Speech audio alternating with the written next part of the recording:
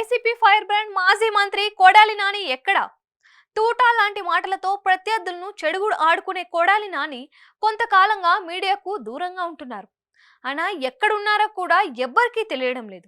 గుడివాడలో ఓడిపోవడం, చంద్రబాబు సర్కార్ కొలువు తీరడంతో కొడాలి నాని ఎందుకైనా మంచిదని జాగ్రత్తగా ఉంటున్నారని తెలిసింది.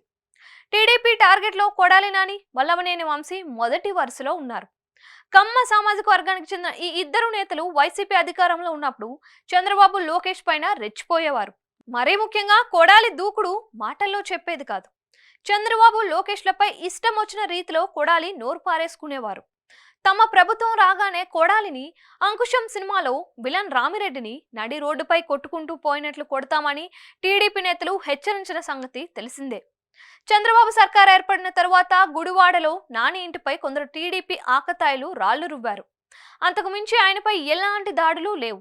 ఓడిపోయిన తర్వాత కూడా 1-2 సందర్భాల్లో టీడీపీ నేతలకు కొడాలి నాని సవాల్ విసిరారు.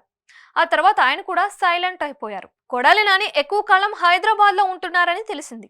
బహుశా వ్యాపారాలపై ఆయన దృష్టి సారించినట్లున్నారు. కొడాలి నాని భయంతో తలదాచుకున్నారని చెప్పలేం. టైం బాగోలేదని తెలిసి ఇప్పటికిప్పుడు మీడియా ముందుకు రావడం ఎందుకు అనే ఆలోచనలో ఉన్నారని ఆయన మిత్రులు చెబుతున్నారు.